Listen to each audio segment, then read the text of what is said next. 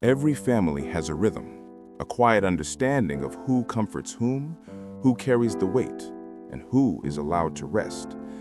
But in some homes, something subtle yet profound shifts. A small pair of hands begins to carry burdens far too heavy. A child learns to read the room before they can read a book, studying every sigh, every silence, every storm brewing behind their parents' eyes. They learn to keep the peace, to dry the tears that aren't theirs, to be the adult before they ever get to be a child. This is the story in the psychology of the child who raised their parents. In a healthy childhood, a parent regulates the child. They soothe, guide, and protect. But when caretaking begins too young, this balance flips, and the child becomes the emotional anchor of the household. It happens quietly. A mother overwhelmed by sadness, a father lost in anger or addiction, a home where feelings are unpredictable and love feels conditional. The child senses the instability and instinctively steps in to fix it, to keep the people they depend on from falling apart. Psychologists call this parentification, but to the child, it feels like love. They believe that if they can just be good enough, calm enough, helpful enough, maybe things will stay okay. This early caretaking shapes the child's inner world in ways both visible and invisible. They grow up feeling responsible for everyone's emotions, scanning constantly for signs of tension or danger. They become the peacemaker, the mediator, the one who holds it all together. And in adulthood, this becomes chronic. They apologize too quickly, overextend themselves, and confuse love with self-sacrifice. To keep harmony, they learn to silence their own needs.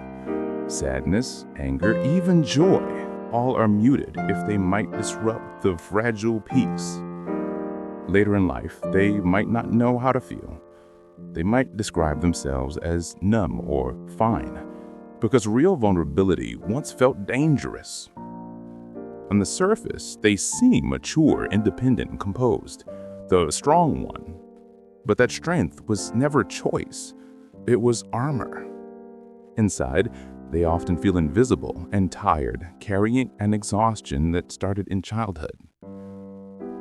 In relationships, they might love deeply but anxiously, fearing abandonment, or they might keep emotional distance, afraid that caring too much will drown them again.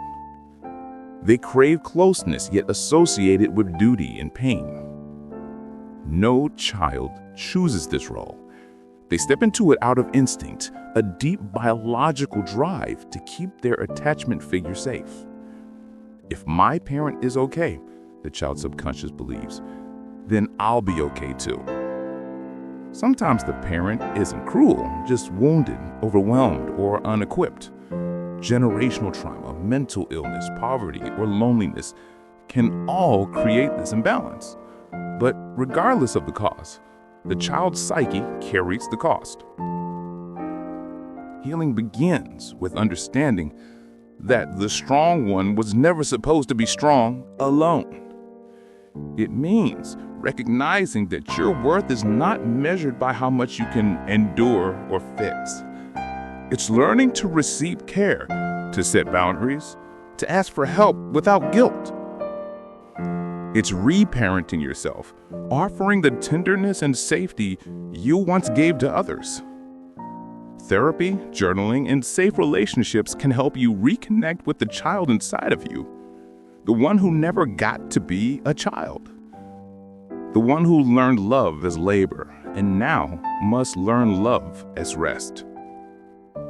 The child who raised their parents carries both the wound and the gift. The wound is the loneliness of having been the caretaker when they needed care themselves.